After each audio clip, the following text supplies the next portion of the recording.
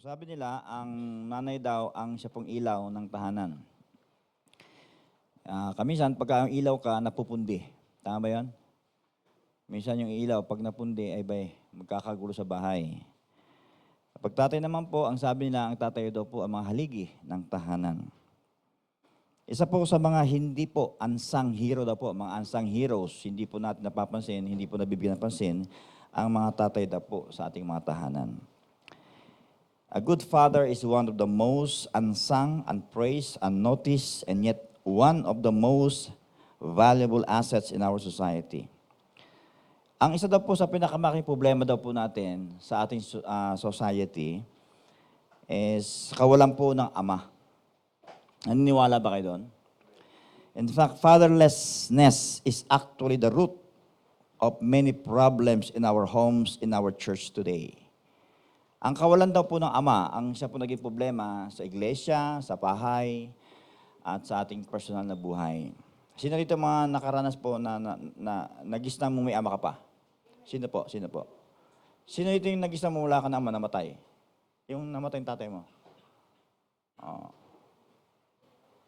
Now, sino ito yung real talk? Yung may tatay nga pero hindi naging ama sa inyo?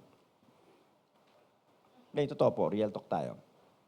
Ako po, isa sa mga, kabilang po sa mga nagkaroon ng tatay, pero hindi po naging magandang tatay. Pero praise God, dahil sa kanyang kalupitan, ako po'y nahubog.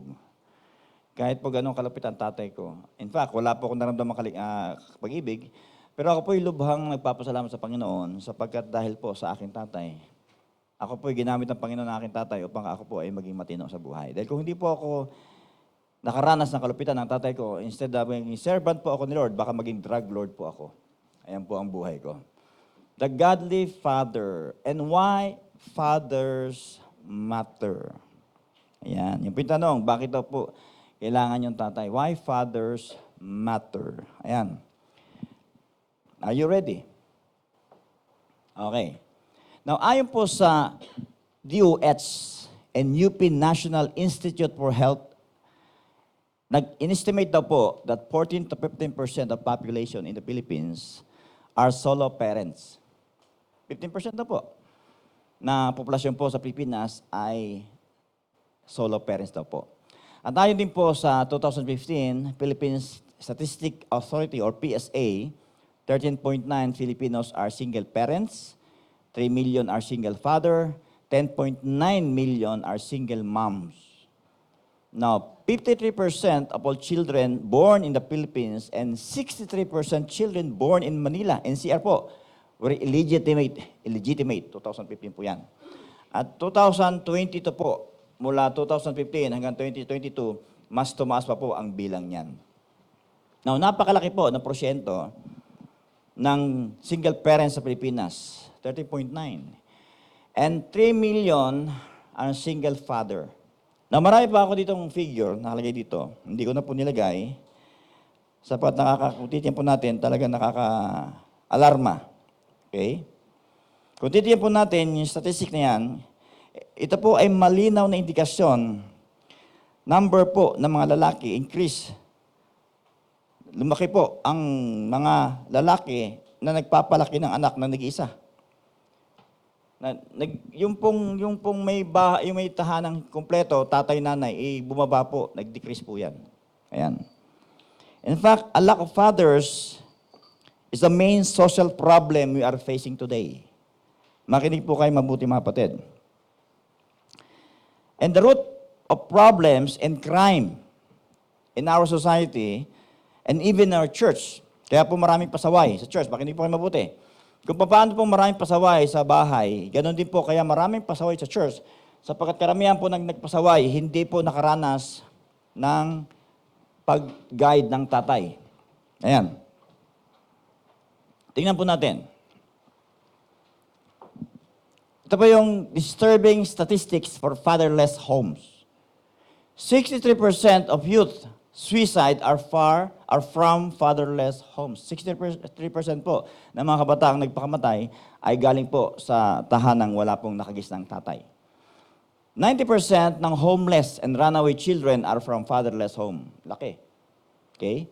80%, 85% daw po ng mga kabataan daw po na nagpakita daw po ng mga behavioral disorders come from fatherless homes. 80% ng rapists motivated with displaced anger come from fatherless homes. 71% po ng high school dropouts nanggaling daw po sa tahanang walang nakagisnang tatay. Nakikinig ba kayo? Now, 75% of drug addicts galing din po sa tahanang walang nakagisnang tatay. And 85% ng mga kabataan daw po na sa kulungan ay lumaki po ng walang nakagisnang tatay.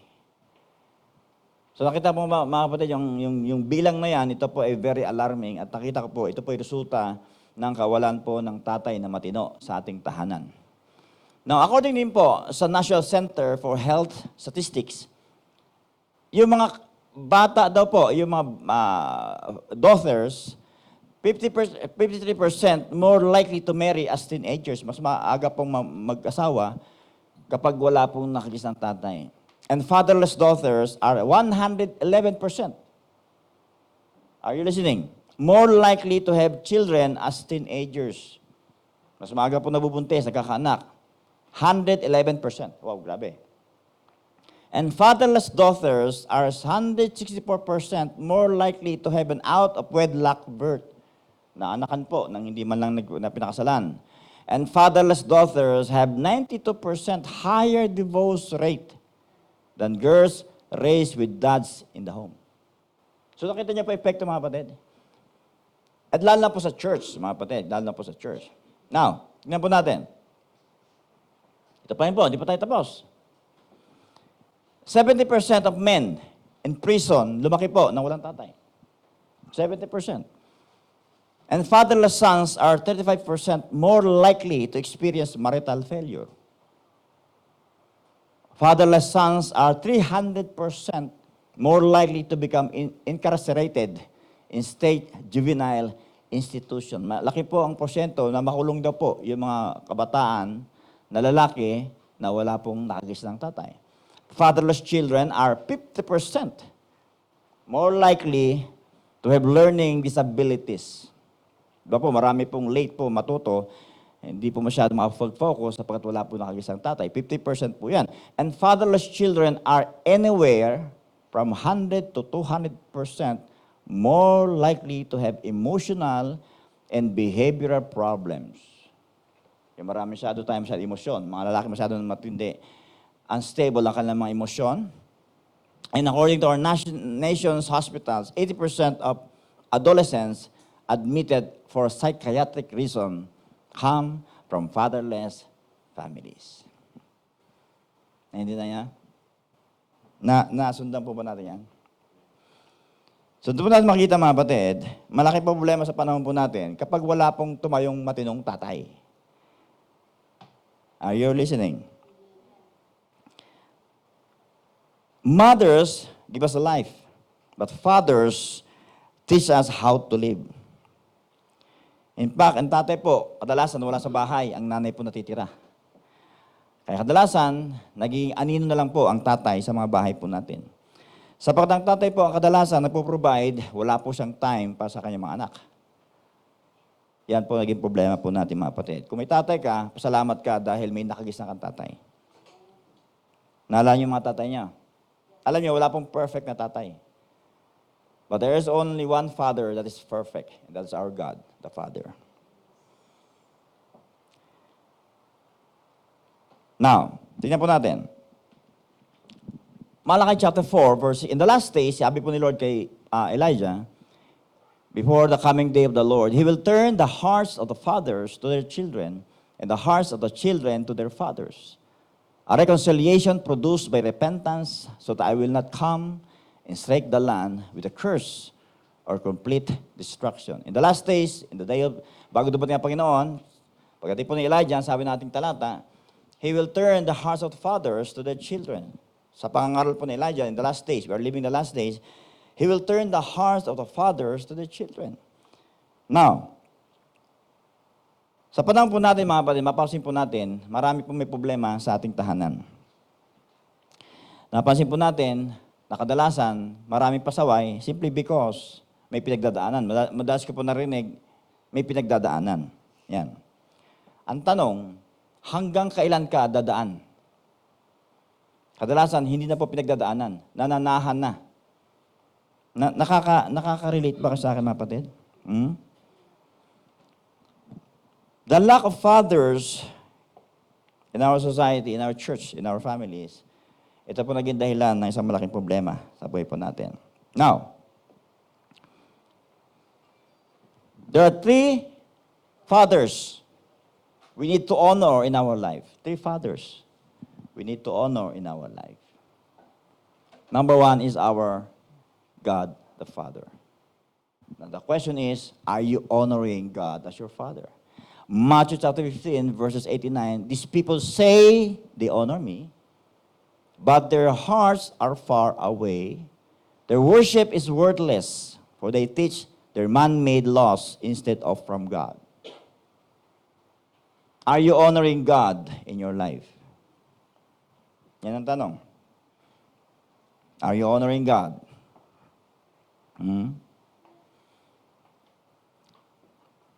Now, as 1 Samuel chapter 2, verse 30, for I will honor those who honor me, but those who despise me will be cursed. Now, what does it mean to honor God? Ito po isa na-neglect po natin, nakaturuan. Ito po na-neglect natin katuruan sa church kung bakit po marami sa atin walang takot sa Diyos. Just listen to me. What does it mean to honor God? Honoring God is a daily commitment. Daily commitment po yan, mga kapatid. Because honoring God reveals character. And to honor someone means to show approval, gratefulness, and respect. And to dishonor someone means to disdain, put down, belittle, and insult. Sabi mong talata, sabi doon, there's one purpose in life. Our main purpose in life is to honor God. Now, how to honor God sa ating pang-araw na buhay? Dapat po, we need to honor God with your heart. Yung magpasalamat ka lang araw-araw pagising mo, Panginoon, salamat po o Diyos sa araw, sa buhay, sa hininga, sa kalakasan na meron po ako ngayon. Ina-acknowledge mo na lahat ng nasa iyo ay galing po sa Diyos. Ina-acknowledge mo that apart from God, you are nothing. Hindi ka pwedeng tumayo kung hindi sa ating Panginoon. Hindi po atarimay no kuto na ikaw po'y nagising sa umaga. You need to acknowledge first na bakit ka nag-exist is to glorify God in your life. Kadalasan nagigising po tayo, nakakalimutan po natin magpasalamat, i-honor ang Diyos sa ating buhay. You need to honor God with your lips. Dapat po, sinasabi po natin, verbally, vocally, Lord, I thank you for your goodness. Salamat, O Diyos. Hindi man perfect ang buhay ko, salamat, Panginoon, dahil ako po'y nandito ngayon. Hindi man marangya ang buhay ko, salamat sa Diyos, Panginoon, lahat ng aking pangailangan, ibinibigay mo. In fact, you don't deserve na mag-exist sa mundong ito. Sapagkat meron pong mas matitinong tao pa kaysa sa atin. May mas matitinong tao pa sa'yo. And yet, iningatan ka ng Diyos. Magmula ng ikaw, pinagdalang tao ng anak ng nanay mo, iningatan ka ng Diyos. Honor God with your life. Dapat po, ino-honor mo ang Panginoon sa buhay po natin. Buhay ba kayo? The question is, sa ating buhay, nakikita ba ang Diyos sa ating buhay? Sa ating patotoo? Sa ating sinasabi? Napaparangalan ba natin ang Diyos sa ating mga patotoo sa buhay? You need to honor God with your finances. Sa pagbibigay mo ba, binibigyan mo ba ng kapurihan ng Diyos o nagbibigay ka lang out of obligation? Nakakahiya kasi kailangan magbigay ako. Hindi, ganun ba yun? Panginoon. Mabigat magbigay kapag nagbibigay ka out of obligation. Pero kapag binibigay mo yan out of love, napakagaan pong magbigay. Alam niyo kahapon, pinanood ko po yung Si Bunot, nagkaroon po ng AGT audition sa US. Si Bunot po, si Roland Abante, kumanta po ng When a Man Loves a Woman. Standing ovation may mga tao. Amazed na amazed sila sa pagkakanta ni Bunot, ng ating mga kababayan. Bisaya po yan. Kung yun napapanood, wakara na, hindi ko lang kung napapanood nyo po yun. Hindi naman po napaka-spectacular ng kanyang boses. One thing na nagmarka sa isip ng mga judges, yung the way na kantahin niya yung kanta, ang kanta po, When a Man Loves a Woman. Damang-dama po ng mga judges tsaka mga nakikinig, audience, yung kanyang emosyon, yung kanyang passion. Bigla ko po naisip, kung isang tao, isang lalaki, gano'n magmahal sa opposite sex, what more kung yung passion na yon binibigay mo sa Diyos? What more kung yung ginagawa mo, ang paglilingkod sa Diyos, talagang binibigay mo 100%, di lalo na. Nandiyan niya ba kayo? Kaya nagiging mabigat yung paglilingkod simply because ginagawa mo out of obligation. Tanungin mo sa sarili mo, bakit ko ginagawa ito para kanino? At ano ang aking agenda or purpose, motive, bakit ko ginagawa ito? Are you listening? Gusto nyong maging kaaya-aya. Maging magaan sa puso nyo. Everything you do it for the glory of God. Hindi ka tumatayo to please man, but to please God who knows your heart. Yung po yung susi. Kapag pupunta sa church, bakit ka pupunta sa church? Kasi may bagong speaker. May guest speaker. Pag wala na guest speaker, balik ka sa dati mong buhay. And that means, nagpupunta ka sa church sapagkat ang motivation mo is to please man. May nilagay po ako sa Facebook account ko, sabi ko doon. Kung natisod ka sa church, that means, ang faith mo nakasalalay sa tao, hindi sa Diyos. Are you with me? Kaya, ang buhay natin, now you see, now you don't. Kaunting kibot, natitisod ka. Kasi ang motive mo, mali. Mali yung purpose natin eh. Pag kumakain ka, anong purpose mo? Ano yung purpose mo pag kumakain ka? Sige nga. Mabusog lang ba kayo? Diyan po tayo nagkakamali. Kumakain tayo para lang mabusog. Kasi kung gusto mo mabusog lang, dapat kahit junk food, kainin mo. Mabusog lang pala eh. Tama, mali? Tama. Kung gusto mo mabusog, kahit uminom ka lang 1 litrong Coke, gutom na gutom ka, busog ka. The question is, hindi kumakain ka ba para mabusog o kumakain ka para mabuhay ng healthy? That's another question. Kung kumakain ka para lang mabuhay at maging malusog, makapaglingkod sa Panginoon, alam mo dapat yung kakainin mo tama at hindi tama. Nandiyan ba kayo? Doon tayo nagkakatalo eh. Alam nyo, nung bago mamatay si Ike Losada, nagbiro po siya mga kapatid. Ike Losada, hindi wala kilala nyo. Ay matawa, di ba? Panahon po namin. Hindi ko makalimutan sabi niya eh. Sabi niya doon sa interview niya, some people, they eat to live. Sabi niya, no, me? No. I live to eat. Naiintindihan niyo? Naiintindihan niya? Ulitin ko. Sabi niya, some people, they eat to live. But me? I don't eat to live. I live to eat. Tagalog. Sabi niya, ang ibang tao, kumakain para mabuhay. Ako hindi, nabubuhay para kumain. Ang purpose niya lang, para nabuhay siya, para lang kumain. Doon nagkakaiba, nagkakatalo tayo. Kung ang purpose mo sa church, pumunta ka lang dito para lang ma-please ang tao, may problema ka.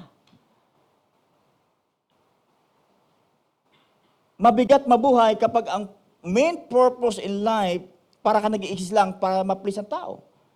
Magaan mabuhay kapag ang purpose mo, nasa church ka, naglilingkod sa Panginoon, sapat alam mo, your main purpose and goal in life is to honor God in your life. Nandiyan ba kayo? Bakit Monday ang nagiging kalakaran natin? Pag Monday daw ay natag na Monday sickness. Napakahirap pumasok pag Monday. Alam niyo yung sakit ng mga Pilipino pag Monday. Ang Monday na naman, ang hirap pagtrabaho, ang bigat na katawan mo. Napansin niyo ba pag Monday, hirap tayo pumasok sa trabaho? Kasi ang tingin na sa trabaho, sa burden, kabigatan ang trabaho. Pero kung babaguhin mo yung motive mo, yung objective mo, at lalagyan mo sa isip mo, sa gunam-gunam mo, na ako'y nagtatrabaho to glorify God in my work, iba usapan yun. Iba usapan po yun. Nandiyan ba kayo? Naintindihan niyo yung sasabi ko sa inyo? I hope naintindihan niyo yung masasabi ko sa inyo. Dahil hindi po ko habang panahon nandito. Ino-honor ba natin ang Diyos sa ating finances? Yan ang tanong. Yan po ang tanong. Tatanong ko sa inyo. Yan ang may tatanong ko sa inyo ngayon. Tayo ba ay 100, wag nang 99%, 100% bang talagang generous sa pagbigay sa Diyos? Yan ang tanong. Are you honoring God 100% sa ating Panginoon? Medyo marami nag-iisip, doka na, potaro, wakaranay. Buhay pa ba kayo?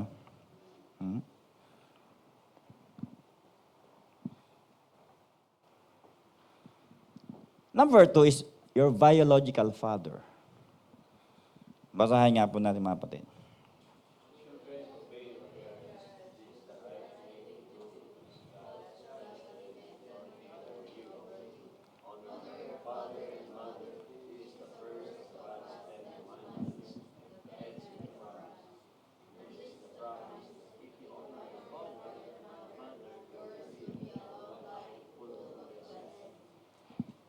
Sabi rito mga kapatid, Ephesians chapter 6 verses 1 and 3, this is the right thing to do.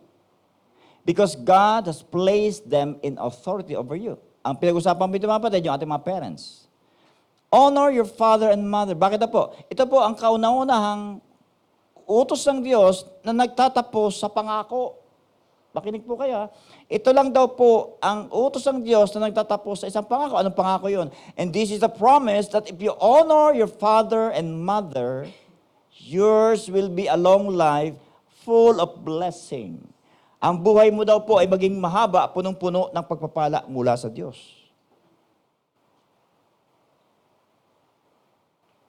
Alam niyo ba, it doesn't matter kung masama o evil ang ating tatay.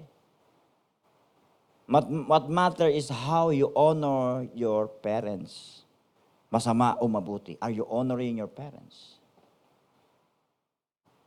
Hello? Makinig kayo mabuti. Sinabihan niyo ba ang mga magulang niyo once in your lifetime, man lang, na sabi niyo, tay, nay, pa, ma, mami, daddy, salamat, ikaw naging magulang ko? Hello?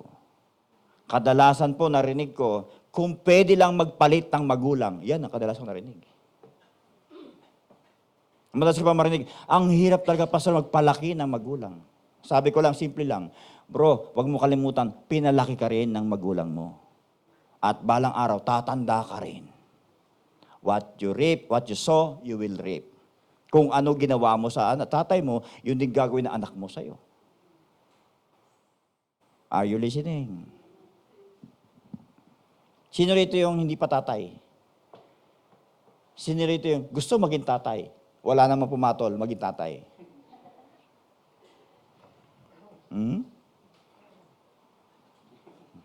Sino rito yung tatay, wala namang tatay lang na tatay. Nag-anak lang ng anak. Tatay, puro ka tatay, puro anak lang ng anak. Gusto mo mag-anak lang ng anak, wala namang nanay yung anak mo. Puro panganay. Characteristic of a good father. Ayan. Characteristic of a good father. A good father is faithful partner to your spouse. Tapat-tapat ka.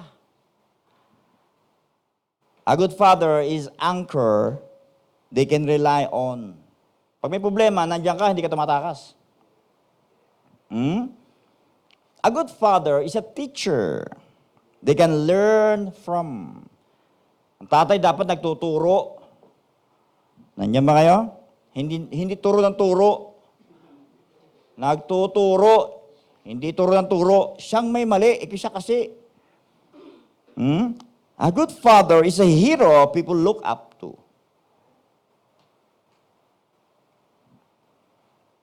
A good father is also an encouragement to his children. Ang tatay po, hindi po yung pagka nag-fail ang marriage mo, kasi hindi ganoon. Kaya mo yan, anak. Isang babae lang yan, marami pang isda sa dagat. Huwag kang makontento sa dilis. Maraming tuna, manguro doon sa laot. Nandiyan ba kayo? A good father is also a role model to be proud of. Alam niyo, pinakamagandang pamamanan nyo sa anak nyo, ay hindi po kayamanan. Naubos po yan.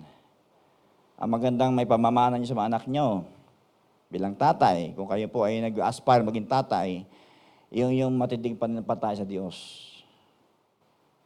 Wisdom from God. Now, the role of a good father. Ayan. The role of a good father is forever with his family. Hindi siya nangangawit bahay ng ibang pamilya. Always there for you no matter what. And the only one who's there in times of trouble, he's my hero till the end, encouraging everything I do, and really the only one, he's the best father in the world. That's the role of a good father. Nandiyan ba kaya? Mukhang hindi kayo makarelay, makaano sa akin. The role of a good father, number one, is to provide a one who support. Now we're talking about biological father. Is also the protector, a one who protects and discipline. Makinig po kayo mabuti, mga kapatid. Hindi ka mapoprotektahan kung hindi ka didisiplina. Kadalasan, dinidisiplina ka not to punish you, but to protect you from mas maltindi pang harm na mangyayari sa buhay mo. Nandiyan ba kayo? May kausap ba kayo ito? Yan na ayaw po natin eh. Protektahan, yes. Disiplina, ayaw. Kasi titingnan po natin disiplina as punishment. Sino rito ang karanas po ng corporal punishment nung nag-aaral po at saka sa bahay? Alam niyo po, ayon po sa pag-aaral, yung po nakaranas daw po ng corporal punishment sa school at sa bahay, matino po ang buhay ngayon. Kaya marami pong nag-reject nung ROTC sa Pilipinas. Kami po nakaranas noon, matitino po kami. Yung mga yun, nagrarally kasi ayaw nilang madisiplina eh. Naintindihan nyo?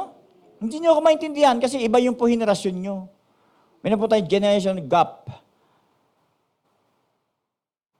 Yung pong disiplina, hindi po yan punishment. The main purpose of discipline is to protect you. In fact, yung 10 Commandments, ang sabi sa 10 Commandments, thou shall not. Ayaw natin sa tang thou shall not. Do not. Ayaw natin yun. Pero ang ibig sabihin ng do not or thou shall not, ang ibig po sabihin ng thou shall not hurt yourself. Huwag mo saktan ang sarili mo. Kaya nga po may 10 Commandments eh. Kaya pag may nagdidisiplina sa inyo, may nagkokorek siya, pasalamat ka sapagkat mayroon palang pakialam ang Diyos sa buhay mo. Pag ang Diyos po, huwag niyong hintayin ang Diyos ang mag-judge sa atin. Kaya nga po nag-a-appoint siya ng mga tatay sa buhay natin para tayo po i-correct. Huwag mo hintayin ang Diyos ang mag-correct sa atin. Pag ang Diyos ang nag-correct sa atin, patay kang bata ka. Kaya po sa church, ganun eh. Marami pong alibugha. Sapagkat napaka-rebelde, ayaw pong magpatama. Ayaw magpakorek. He is also a pattern. One who is a model and a leader. Pattern. Model. A role model. Now, last is a spiritual father. Now, who is a good spiritual father? Now, listen to this. The term a spiritual father is grounded in Scripture. In fact, si Paul referred to both Timothy and Titus as spiritual sons. He also spoke in the spiritual sense of having fathers in the faith. Now, Elijah was also a spiritual father to Elisha. Moses was also a spiritual father to Joshua.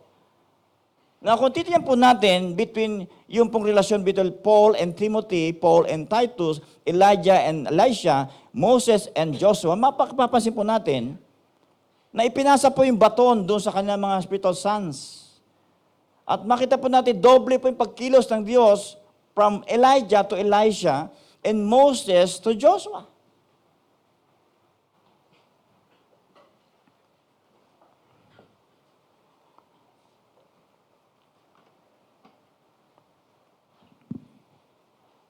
Buhay pa ba kayo? Moses was a spiritual father to Joshua. Importante po, meron po tayong kinikilalang spiritual father sa buhay po natin. Makinig po kayo mabuti. Kung gusto nyo pong may patunguhan ang buhay po natin. Now, spiritual father is that person God puts in your life to help you become all that God has called you to be. Now, spiritual fathers transfer a wealth of knowledge to their sons and daughters through the spirit of wisdom. Are you listening? A good spiritual father will pour out knowledge, understanding, wisdom, counsel, and blessing to the son. You need to have a spiritual father. Dahil kung wala, pati may gag-guide. Ito po yung nag-impart, nag-transfer of wealth of knowledge to their sons and daughters through the spirit of wisdom. Eh dapat po ang spiritual father, dapat full of wisdom. Hindi po dahil ibig sabihin matanda siya, full of wisdom. In fact, marami pong tumandang paurong. And no wonder, marami sa atin, nagkakagudya-gudya buhay kasi nga wala ka pong spiritual father. Ginagawang eksperimento ang buhay. Ulitin ko po lagi sasabi, for 20 years, lagi po sinasabi, napakadaling sirain ang buhay, napakahirap i-repair ng sirang buhay.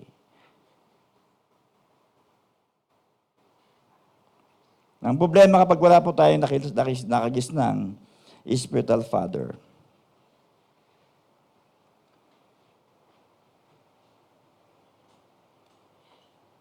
First Corinthians chapter 4, verse 15, for even if you had 10,000 others to teach you about Christ, you have only one spiritual father, and for I became your father in Christ, Jesus, when I preached the good news to you.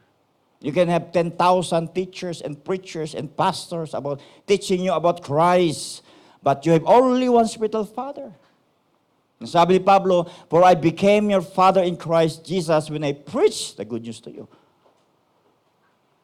Maraming pwedeng mag-advise sa inyo, maraming pwedeng maging kaibigan nyo, maraming pwedeng tumulong sa inyo, maraming pwedeng mag-guide sa inyo, maraming pwedeng magturo pa ng mas magaling pa sa ginagawa ko sa inyo. But remember that you have only one spiritual father.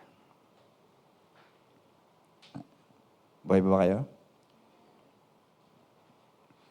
In fact, spiritual fathers do not replace natural fathers. Spiritual fathers are mentors that offer wise and trusted counsel designed to get you to think. Yung spiritual father, magkaiba po yung sa natural father, biological father. Ang spiritual father, mga kapatid, hindi po siya takot mag-correct, itulak ka hanggang sa maris mo yung potential mo. Are you with me? Yung spiritual father, tumutulong siya para maka-accomplish mo yung purpose ng Diyos sa buhay mo. Hindi lang basta mapariwara ka, kundi lumalim ka sa ating Panginoon. Maitama mo yung mali mo. Yung spiritual father, full of wisdom, hindi siya takot i-correct ka at hindi siya takot na matisod ka. Yun ang spiritual father. At tapang nga tao, hindi atakbo. Hello? Hindi magtampo lang, ayaw na. Bahala ka, pag wala ako dyan, tingnan ko lang kung mag-exist pa kayo. Hindi ganon. Ang totoong spiritual father, hindi lang po siya may nag-concern sa katawan lupa mo, kundi sa iyong spiritual life. Sa kaluluwa mo, dapat, yung spiritual father, concern sa kahantungan ng kaluluwa mo. At hindi ka piniplease.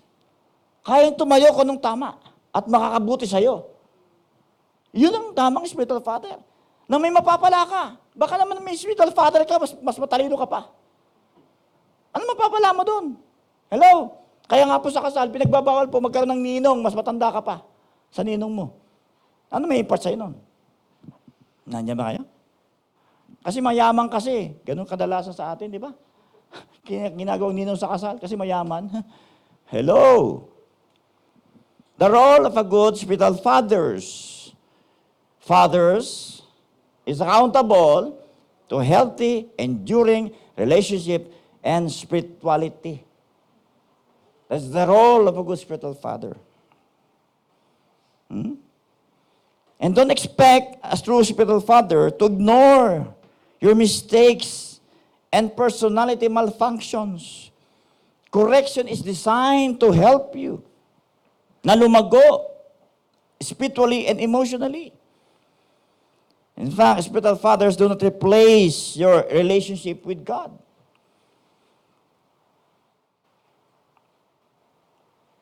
Spiritual fathers are important because they stretch us. They challenge us to be the best that we can be. And we have to account for the decisions we make and the actions we take. Then why do we need a spiritual father? Ito po yung tanong, why do we need a spiritual father? Proverbs chapter 13, verse 20, if you want to grow in wisdom, spend time with the wise. Walk with the wicked and you'll eventually become just like them. Good morals, bad company corrupt good morals. Kung sino lagi mo kasama, magiging ganun ka. Simply because, ito po, you need a spiritual covering. Kaya dapat man may nagko-cover sa atin spiritually. Of course, ating Panginoon, ating Diyos, ating covering, but we need a human being like us na mag-pray sa'yo, magpapaalala sa'yo. You need a spiritual impartation. Na-impart po sa atin dapat. Naalala ko, pati po ako ng JL, mga batid. Si Eddie Vinueva pa nag-preach, gumagano siya. Hallelujah. Ay, mga pastor niya, ganun din po lahat. Po sila ganun. Kaya kapag ang sinusundan mo, kulto kayo, sigurado. Andiyan ba kaya? Kaya kung sinusundan mo, mali kayo lahat. Tama ba? Kung sinusundan mo, naalala ko pa yung isang evangelist. Nagpunta po siya sa isang state ng US. Hindi na kilala yung evangelist na yun. Pinag-pray po sila. Nilehans po sila. Sabi niya, I will pray to impart, gift sa kanila. Pinag-pray po sila lahat, pinag-pray. Dumating po ilang panahon. Yung lahat pinag-pray niya, mga naging bading. Yung pala nag-pray sa kanya, bading. Nagbading. Kaya pag nagpalaya sa demonyo, nag-uusap nga kami pa sa Willie. May pinalaya sa demonyo sa church na. Sabi ng leader niya. Sabi ng demonyo sa, Hoy, lasinggero ka, dihala kita. Sabi ni Pastor Willie, labas kayo. Puro ka lasinggero. Pitikpay ngayon. Sabi ng, labas kayo, lasinggero. Labas. Babaero, pasok. Yung demonyo alam kung babaero ka eh. Yung demonyo alam yung kasalanan mo eh. Kaya kung ano ka, yun ang may impart mo. Nandiyan ba kayo? Kaya pag nagpa-pray ka, mayroon po tinatawag na transparency of spirit. Are you listening? Kaya hindi ako basta nagpapa-pray, lalo po nagpapa-lay hands. Kasi kung sino nagpa-pray sa'yo, kung ang espiritu meron siya, nasa iyo. Impartation yun eh. Hello? You need a spiritual mentor. Kung wala kang spiritual mentor, magpapadala ng demonyo sa iyo ng tormentor. Diba? Kasi magkaroon po tayo ng eksperimento. Magpa-pray ka sa addict. Magpalayas ka sa addict. Siguraduhin kasi after ilang months, addict ka na rin. Subukan nyo. May impartation eh. Na kung sino mentor mo, ganun ka. Nandiyan ba kayo? Na si David, mga kapatid. Si David, pinatay si Goliath. Ito ba, meron po siyang kapatid si Goliath eh. 5 sila. Kaya yung mga leader niya, commander niya, naging giant killer. Kasi yung leader nila, giant killer eh. Ngayon, kung bading ka, bading lahat kayo, bading lahat kayo. Berti dugo mo, berti lahat kayo, berti dugo nyo lahat. Are you with me? Now, isipin po natin. Kung namatay mo yung tatay mo, ano na-impart sa'yo? Anong natutunan mo sa tatay mo? Ngayon ba may kinikilala kang spiritual father?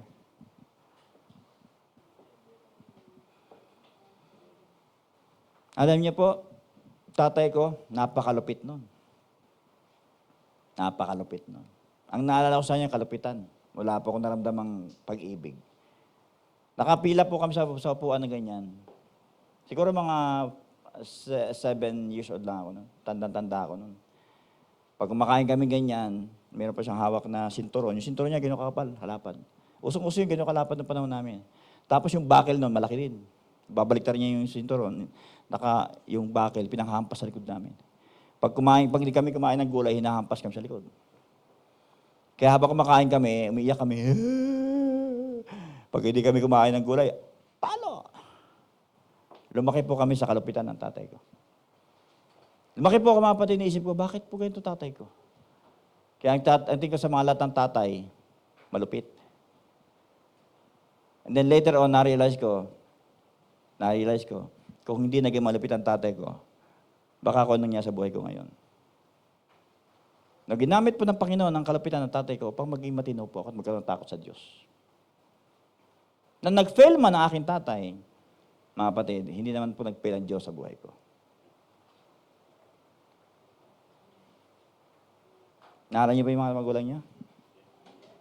Nasabihin niyo man lang ba ng salamat tay, salamat nay, sa buhay mo, ikaw naging tatay ko.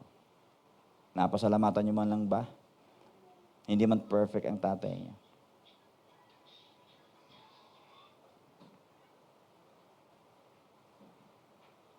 Nung nasa encounter po kami, meron po kami kabataan na rebelde. Matin sa aming Encounter God Weekend. Nung nagtuturo po ako ng about fathering, umiyak po siya.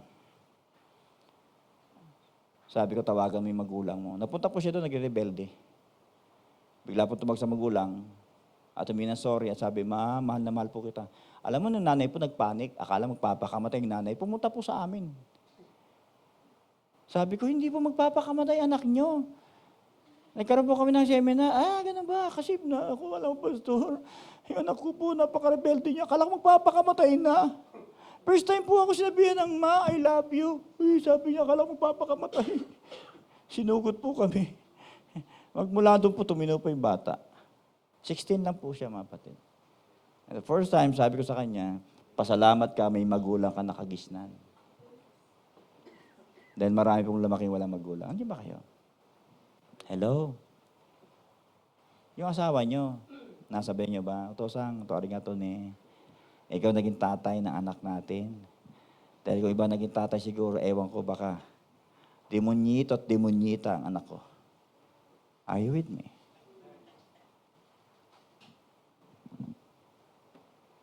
It's time to pray for the fathers. Ipag-pray po natin yung mga tatay. Nagpapakahirap magtrabaho. Tapos tagatin ang asawa sa halip na magsalita. Dahil ito lang. Isipin mo, di mo kaano-ano, bibigyan mo sweldo mo. Nandiyan ba kayo? Hello? Mga kapatid, let us pray for the fathers.